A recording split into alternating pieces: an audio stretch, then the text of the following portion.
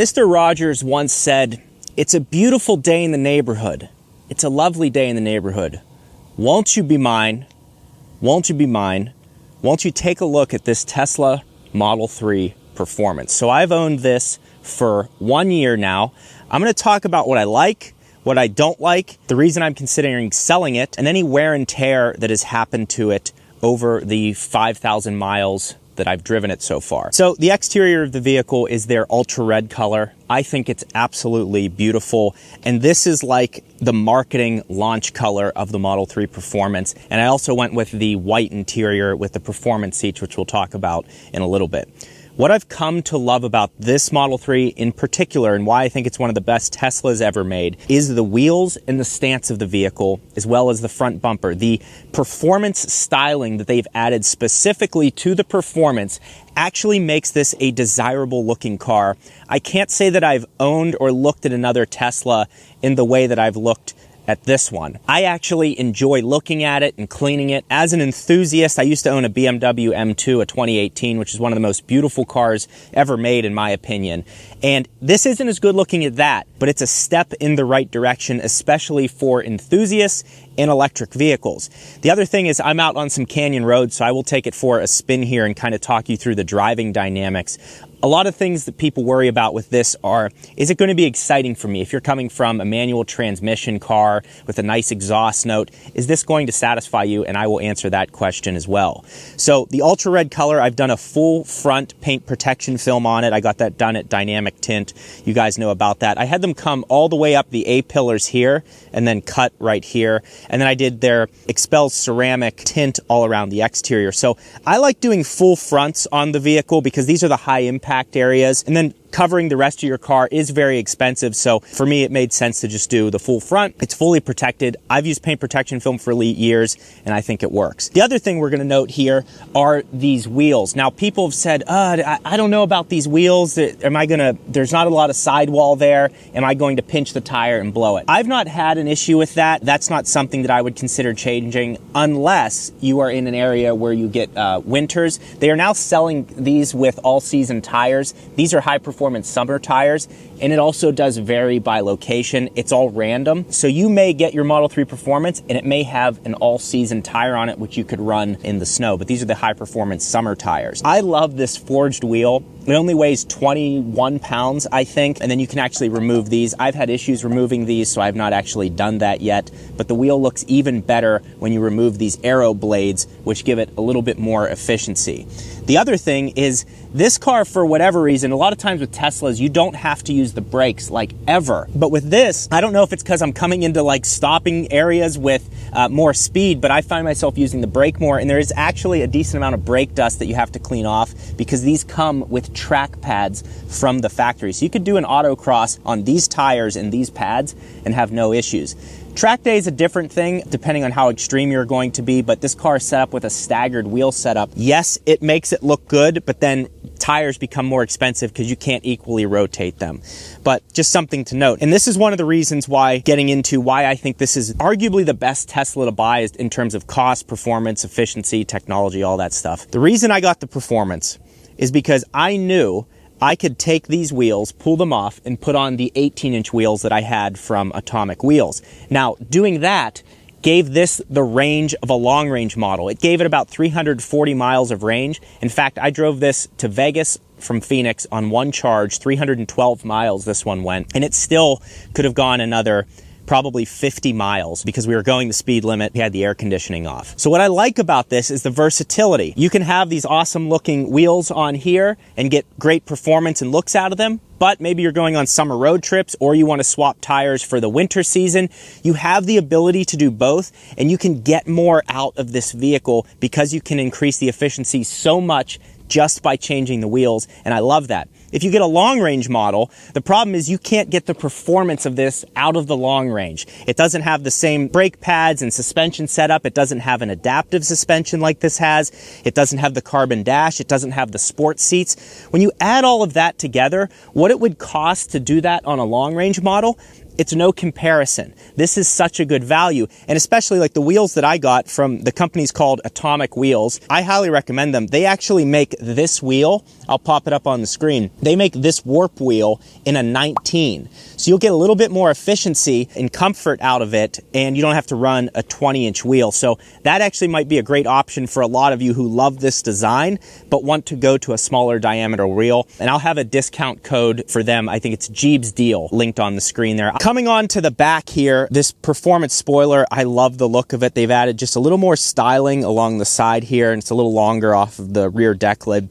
Just more tastefully done than the previous edition. The other thing we need to talk about is the roof glass. So on the new Model Y, they put this silver lining in the roof glass, and it really does reject heat way better than any Tesla I've ever been in, because they all have these glass roofs. So I still recommend getting a sunshade for this. I'll have the one linked below. A company just launched one. You can get it in either black or you can get it in the tan to match the interior. So I do recommend a sunshade because there still is a lot of heat. I'm in Phoenix, Arizona, so there's a ton of heat that comes through there. But overall, the car has been in good shape. Now, let's talk about the interior, which we can look at here.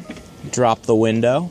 And I have it on keep mode right now. It's keeping it nice and cool. So what I recommend, if you're going with the white seats, even if you're going with the black seats, I recommend right away putting a ceramic coating on these seats. Now, whether you get that professionally done or if you want to do a DIY coating, that's totally up to you. But these seats are a little harder to clean than the previous version, because it's the perforated vegan leather, which the vegan leather, it's such a, such a nonsense term. And then coming on to the interior, the steering wheel here. Now the steering wheel isn't any different than you would get in a long range or a standard model here, but it is well done. It has a bit of a flat bottom. It's very ergonomic, and there's no turn signals or anything like that. All the turn signals are built right into your steering wheel. Now, having the new Model Y, I wish that this had a turn signal stock. I also wish that this had a front-facing camera and not just rear. The front-facing camera, because this car sits so low, would be useful in some areas, just to be able to see exactly where you're going to be. I have a feeling Tesla is going to add the turn signal stock back to newer Model 3s. I also have a feeling they are going to put a front-facing camera on newer Model 3s. Now, outside of that, should you go with the white seats or the black seats? I say get whichever one you want. These sports seats, if you can sit in one before you purchase it, they're extremely comfortable. They give you the side bolstering that you need. It's down in here and then up here on your sides, and then you have the ludicrous badging here. So I'm so happy that they made changes to the interior of this vehicle, whereas in previous versions, it was just essentially the wheels that were different and the red brake calipers, and then that was it. Now, one of the most popular accessories for your Model 3 or whatever Tesla you have are floor mats. The ones I use are from 3D Mats. I've been using them for over 4 years now, and here's why. So the floor mats that are in here right now are the Kagoo all-weather perfect fit liners. They fit perfectly, and what separates 3D Mats is their Max Spider technology, which is on the back of this. So this acts as a Velcro, but it doesn't fray your carpet in your car, which is really frustrating when that happens. So they will stick in place perfectly. Again, I've been using these for 4 years, and on top of that, the fitment is great. But check out these. These are the premium perfect fit liners in red. So the carpet on this is ultra plush. Again, this is the premium, and my discount code is Gjeebs 3D40 for these, because these are very expensive. I think they're right around the $600 mark, but then give you a nice discount plus free shipping. But I'm gonna swap the all-weather ones out for these carpet ones. These carpet ones ultimately are my favorite. However, if you're someone that's gonna get like mud on these, if you get water on them, no big deal, because they are waterproof, and you can clean the mud out of them, but it is gonna be harder if you don't have the rubberized mat. So stick to the rubberized mat if you're getting a lot of mud, but if you're not, which I never really do, it's just dust, these are incredible. The feel that you get inside of your car when you have the carpeted ones is way better. It's ultra plush. So here's the stock Tesla mat. You can just see there's nothing on the side of it, and then the 3D mats have the bold design, so if you spill something inside of it, everything will be contained inside of here. Also, I understand red may not be for everyone. They also make that one in black. So again, I'll have all of that linked below. But when I've met people in person, they say, hey, I've purchased your floor mats, they're great. I've also met a lot of people who've said, I should have just done what you said in the first place, because they buy something cheap on Amazon. They're garbage, they don't stay in place, they start to crease in certain areas, and they don't just set as they should, and these are just excellent. And also when you take delivery of them, I'll usually sit them in the sun for a few minutes to let them soften up, then they perfectly mold to the interior of your vehicle because they're all laser scanned custom for each individual car. They also just released them for the brand new Model Y. So 3D Max are excellent. Thank you for sponsoring the video. Now let's get back to it. All right, so now I'm going to jump into the back seat, just show you rear seat space and what it looks like.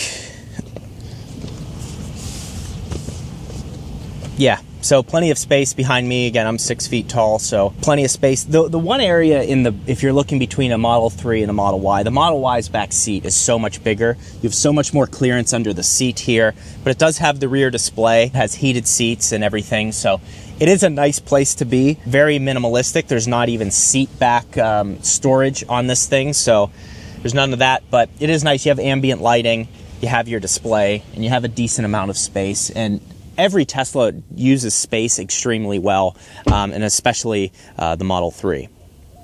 Another one of my favorite features is the rear diffuser on this thing. And if you've ever seen the wind tunnel videos of them testing this, it shoots stuff like up out of the middle. Like the wind will come under the car and go up. And I've actually seen Model 3 performances driving on the highway when a piece of paper or something goes under the front of the car, it will shoot straight up out of the back, just showing that this is an actual functional diffuser that's built into the back of this thing. Again, it's a slight change, but as far as a performance enthusiast car, it's really welcomed. Now on the interior, what separates this Model 3 performance, and again, what I love about it is the only Tesla currently built. I think the Model Y performance is going to have this too, but under dynamics, it has ride and handling, and it lets you change the stiffness, the dampening of the shocks. So it's the only Tesla that has that, because the other ones are air suspensions or they don't have any adjustability. And when you put it into sport, I mean, it really does tighten the car up, especially for track days. The other thing about this thing is the previous one had such harsh ride quality, and now it doesn't. It drives great with the 20-inch wheels. It drove great with the 18-inch wheels that I have on it. When you put the 20s on it, the steering and the turn and everything is just slightly sharper, and you do feel it, but that's the big difference. But the ride quality on it has been excellent. Zero complaints on that. And again, you can always adjust that by going to a smaller diameter wheel. So I've been very pleased with what Tesla's done with the ride quality, the overall cabin quietness. The only complaint that I really have still on the interior, and I hope this is a change they made, is this roof. There's a ton of heat that comes blasting through here still. And again, not everyone lives in the oven of Phoenix, Arizona, you know? Some call it Charles Barkley's underwear. And I don't know if that's true or not, but it is just, it's hot. And if you live in other places, it's probably not that big of an issue. And the other thing you may be wondering is like, well, should I just tint it? Yeah, you can tint it, but like the sunshade that I promote is $59. It's free shipping and then 10% off with my code. Tinting, it's like hundreds of dollars. So I don't know. To me, I think a sunshade's the best way to go, and then you can pull it down when it's not that hot. So that's my recommendation. But yeah, just having the ability to change your dynamics here in terms of the suspension, your acceleration modes of chill, standard, and insane. Even in standard mode, your 0 to 60 is still 3.9 seconds, 2.9 seconds, and then I think it's around 7 on chill. I don't know if it's the same with this and the Y. The other thing that's cool here is if you go into autopilot, automatically the suspension will go to its softest setting to give you a comfortable ride. And then you can change the steering weight to heavy, standard, or light.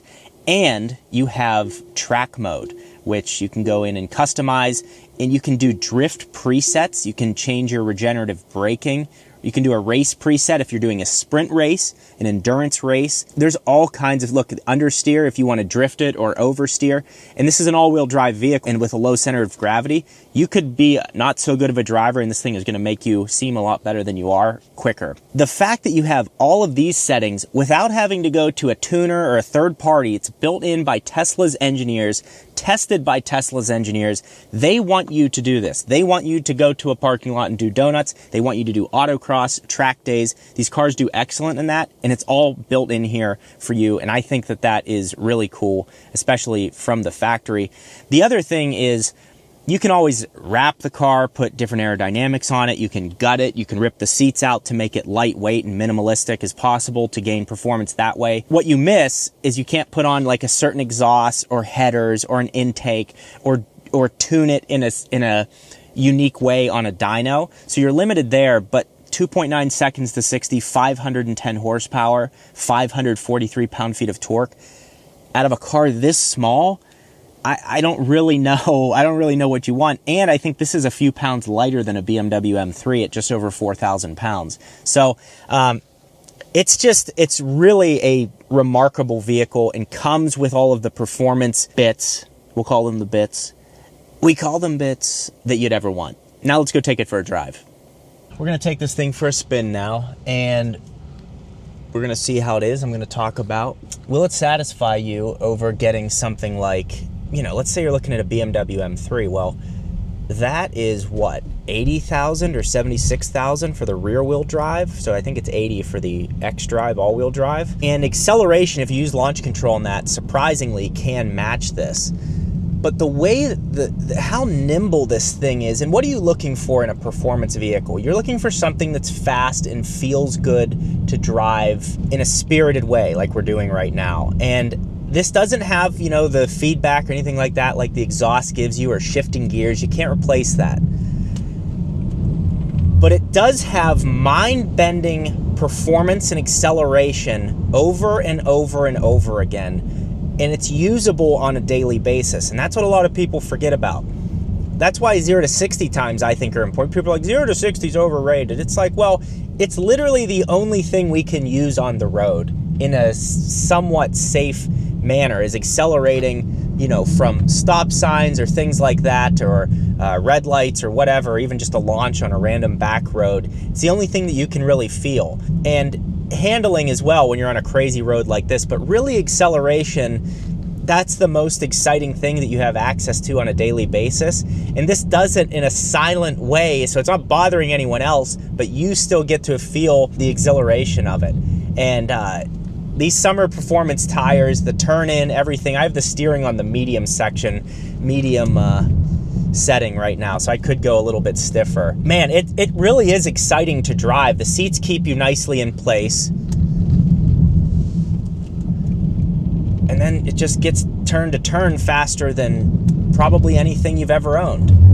So why would I potentially sell this then? Well, for me, having kids, I don't really use it that much. I don't drive it like I drive the Rivian with the kids in it, or the Model Y, which makes a lot of sense. And a lot of people are probably looking at this, well, okay, the performance now is as much as is more than a Model Y long range, which also has great performance, but more space. It has the front-facing camera. It has all these other things. So which one should you buy between those? That's tough. I mean, if you need the extra space, you have to go with the Model Y, because it is significant, the extra space you get in it, and it's still a quick vehicle. You can get the acceleration boost, which adds 100 wheel horsepower to the vehicle, which I've tested on this channel and showed you on the dynamometer, but we'll do a acceleration pull here. I mean, it's absurd how quick this thing is. And then to think when you drive a Model S Plaid, it makes this feel slow. It's kind of scary.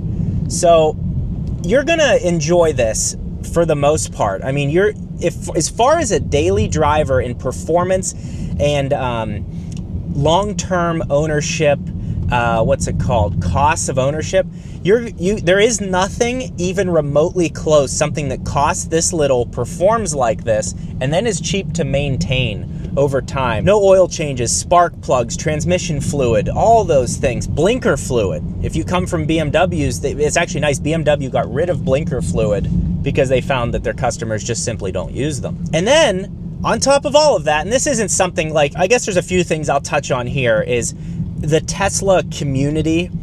Don't let the negativity of the mass bring you away from a great product. The products are excellent. A lot of people, there are some weirdos in the Tesla community, like the cult that I talk about. I like to joke about, it's a cult. There's some weirdos in it who have like never liked a car, and then found their whole identity is around like owning their Tesla and, I don't know, changing the world. But it's a little weird. Whereas like a BMW enthusiast just likes their BMW and thinks it's the best car ever. It's like, it's a little different with the Tesla nut jobs, that they're doing something more, and they're not, you know, it's just a car. Don't let that push you away from a great product. And also, most 99% of the people let's do 95. We'll do 95% of the people in the Tesla realm are just normal people. Like the people that I meet, they're subscribed to this channel and you know, like the content that I make.